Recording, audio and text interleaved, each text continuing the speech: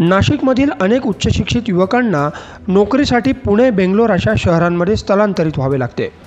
नाशिकमध्ये IT park नसल्यामुळेच युवकांची अशी ओढाताण होते। हीच बाब लक्षात घेऊन मध्य नाशिक मतदारसंघाच्या आमदार प्राध्यापिका देवयानी फरांदे आणि तत्कालीन महापौर सतीश कुलकर्णी यांनी आडगाव परिसरात IT पार्क उभारण्याच्या प्रस्तावाला मंजुरी घेतली होती। या IT पार्कसाठी आडगाव शिवारात जागा उपलब्ध करून देण्याची घोषणा देखील झाली होती। आडगाव शिवारात 365 एकर क्षेत्रात IT पार्क उभारण्यासाठी सर्वप्रथम महापालिकेची स्वमालकीची 10 एकर जागा आरक्षित करण्यात आली। त्यासाठी परिसरातील जागा मालकांकडून एक्सप्रेस ऑफ इंटरेस्टद्वारे प्रस्ताव मागवले होते। यात 50% जागा IT पार्कसाठी, 20% जागेवर निवासी क्षेत्र, 5% जागेत ॲम्युनिटीज तर 5% जागा व्यवसायासाठी असा प्रस्ताव देण्यात आला होता। या प्रस्तावाला जागा मालकांनी देखील प्रतिसाद दिला। त्यानंतर महापालिकेने मार्च 2022 मध्ये केंद्रीय मंत्री नारायण राणे यांच्या प्रमुख उपस्थितीत IT परिषदही घेतली।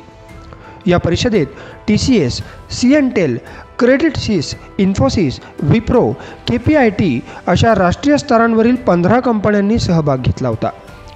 मात्र त्यावेळी राज्यात महाविकास आघाडी सरकार आल्यामुळे या IT परिषदेला सरकारी पातळीवरून काही मदत मिळणार नाही यासाठी प्रयत्न झाले। परिणामी या IT पार्कच्या महत्त्वाकांक्षी प्रकल्पाला खोडा घातला गेला। मात्र केंद्र सरकारने या प्रकल्पाला हिरवा कंदील दाखवला असून IT हब उभारण्यासाठी लागणाऱ्या सर्व सोयी सुविधांसाठी 20 कोटी रुपये मंजूर केले। या पार्कमुळे नाशिकमधील तरुणांना नोकरीची संधी उपलब्ध होणार आहे। शहरात 2 लाख रोजगार निर्माण होतील। मुलांना IT हबसाठी मुंबई, पुणे, बंगळुरूला जाऊ लागू नये, त्यांना आपल्या शहरातच चांगल्या पगाराची नोकरी मिळावी या तळमळीने मध्य नाशिक मतदारसंघाच्या आमदार देवयानी फरांदे आणि तत्कालीन महापौर सतीश नाना कुलकर्णी यांनी IT पार्कसाठी अतोनात मेहनत घेतली। या संदर्भातील पाठपुरावा अजूनही सुरू आहे।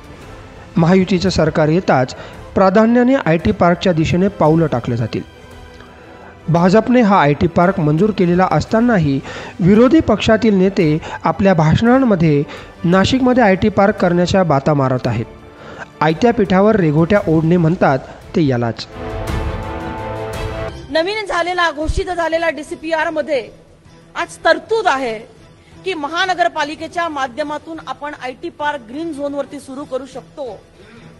परंतु मला माहिती आहे की जरी महाराष्ट्रामध्ये काही अडचणी आल्या, महाराष्ट्रातून काही काम करताना ह्या IT पार्कला, कारण आमच्या नाशिकचा विकास जर IT पार्क झाला तर तो पुणे आणि मुंबईच्या सारखा वेगाने होऊ शकेल। आज आमचे अनेक विद्यार्थी त्यांच्या वयोवृद्ध आई वडिलांना सोडून कोणी पुण्यात जातंय, कोणी हैदराबादला जातंय, कोणी बंगलोरला जातंय, कोणी परदेशात जातंय।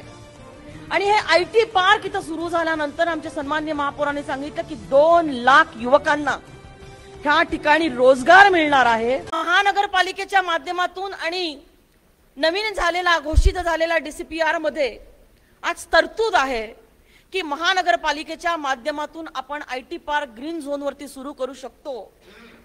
परंतु मला माहिती आहे की जरी महाराष्ट्रामध्ये काही अडचणी आल्या, महाराष्ट्रातून काही काम करताना ह्या IT पार्कला, कारण आमच्या नाशिकचा विकास जर IT पार्क झाला तर तो पुणे आणि मुंबईच्या सारखा वेगाने होऊ शकेल। आज आमचे अनेक विद्यार्थी त्यांच्या वयोवृद्ध आई वडिलांना सोडून कोणी पुण्यात जातंय, कोणी हैदराबादला जातंय, कोणी बंगलोरला जातंय, कोणी परदेशात जातंय। आणि हे IT पार्क इथं सुरू झाल्यानंतर आमचे सन्माननीय महापौरांनी सांगितलं की 2 लाख युवकांना ह्या ठिकाणी रोजगार मिळणार आहे। आणि 3 महत्त्वाच्या ज्या काही योजना महापौर साहेबांनी सांगितल्या, IT पार्क, लॉजिस्टिक पार्क आणि BOT मध्ये काही तत्व ते पुढे नेत आहेत, ह्याच्या माध्यमातून महानगरपालिकेचं उत्पन्न देखील वाढणार आहे। तसं IT पार्क आमचं पुढे यशस्वी होण्यासाठी आपण IT पार्कचं पालकत्व स्वीकारावं।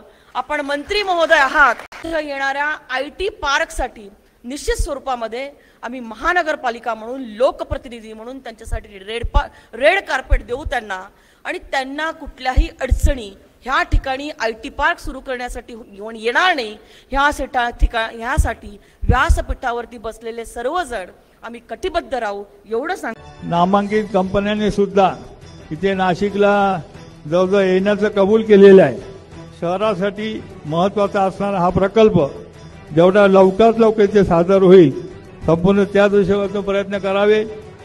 माझ्या समोर आता जे नावं आलेले आहेत त्यामध्ये TCS कंपनी आहे, डेलॉइट कंपनी आहे, सिंटेल आहे, क्रेडिट स्विस आहे, इन्फोसिस आहे, विप्रो आहे, KPIT आहे आणि नाशकातल्याही बऱ्याचशा कंपन्या या ठिकाणी त्यांनी चांगला असा प्रतिसाद आम्हाला दिलेला आहे. Bureau report, Nashik.